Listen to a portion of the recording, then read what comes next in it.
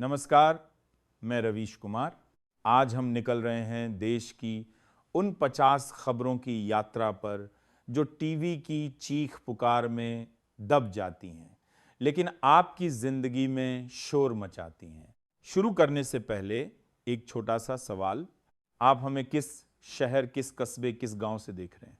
Comment में लिखिए, क्योंकि लोकतंत्र तभी जिंदा रहता है जब जनता अपनी मौजूदगी दर्ज कराती है। और हाँ, लाइक और सब्सक्राइब इसलिए नहीं कि चैनल चले, बल्कि इसीलिए कि सवाल जिंदा रहें। भारतीय जनता पार्टी ने आज से अपने नए राष्ट्रीय अध्यक्ष के चुनाव की प्रक्रिया शुरू कर दी है। दिल्ली मुख्यालय में नामांकन का दौर है। सूत्र बताते हैं कि पार्टी या तो किसी ओबीसी चेहरे या फिर किसी महिला नेता को आगे कर सकती है।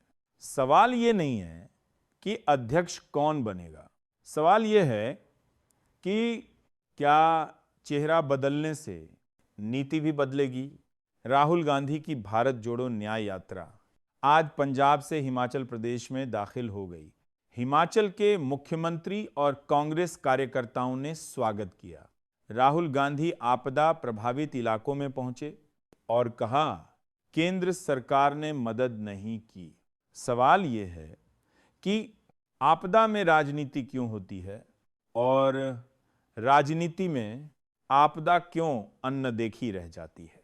पश्चिम बंगाल में इंडिया गठबंधन को बड़ा झटका।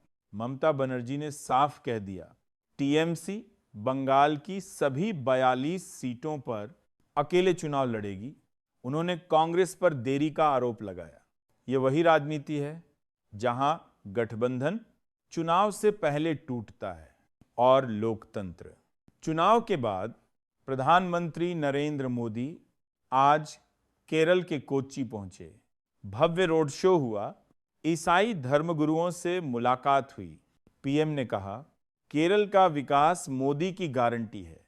सवाल यह है कि क्या गारंटी चुनाव तक ही रहती है या उसके बाद भी कोई क्लेम काउंटर होता है। मायावती ने 21 जनवरी को लखनऊ में पार्टी नेताओं की बैठक बुलाई है। संभावना है कि पहली उम्मीदवार सूची वहीं तय होगी। बसपा अकेले चलेगी, ये संदेश साफ है। लेकिन दलित राजनीति के इस दौर में दलित सवाल सबसे पीछे क्यों छूट जाता है। राम मंदिर प्राण प्रतिष्ठा से पहले आम आदमी पार्टी ने दिल्ली में सुंदरकांड का पाठ कराया। मुख्यमंत्री केजरीवाल पत्नी के साथ मंदिर पहुंचे। बीजेपी ने कहा, यह चुनावी हिंदुत्व है। सवाल यह नहीं कि कौन मंदिर गया, सवाल यह है कि क्या मंदिर जाने से महंगाई कम हो जाती है। बिहार की राजनीति में फिर से सस्पेंस। नीतीश कुमार अचानक राजभवन पहुंचे। राज्यपाल से 40 मिनट बंद कमरे में बात। बाहर आकर कहा, शिष्टाचार भेंट थी, लेकिन बिहार जानता है यहां शिष्टाचार अक्सर सत्ता बदल देता है। अखिलेश यादव ने अपनी पीढ़ी साइकिल यात्रा का रूट जारी किया। 26 जनवरी से यात्रा शुरू होगी। पिछड़े और दलित वोटरों पर फोकस है।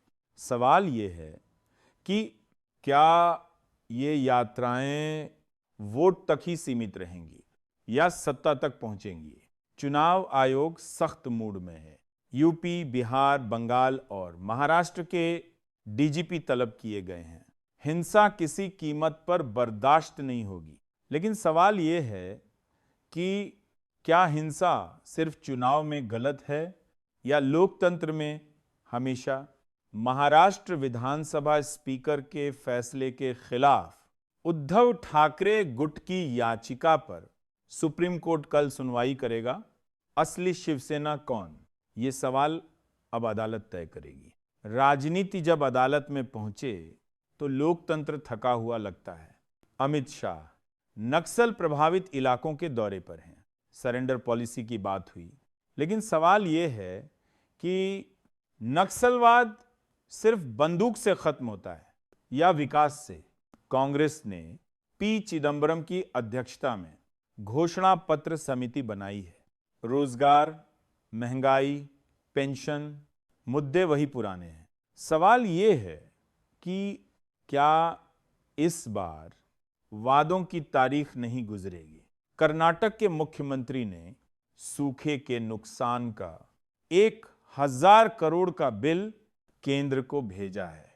सवाल यह है कि अगर बारिश राजनीति नहीं देखती तो राहत क्यों देखती है? ओवैसी ने बाबरी मस्जिद का इतिहास याद दिलाया, बीजेपी ने पलटवार किया। इतिहास को याद रखना जरूरी है, लेकिन उससे वर्तमान क्यों जलता है? राम मंदिर ट्रस्ट ने आरती पास की नई गाइडलाइन जारी की, आधार जरूरी होगा। सवाल यह है कि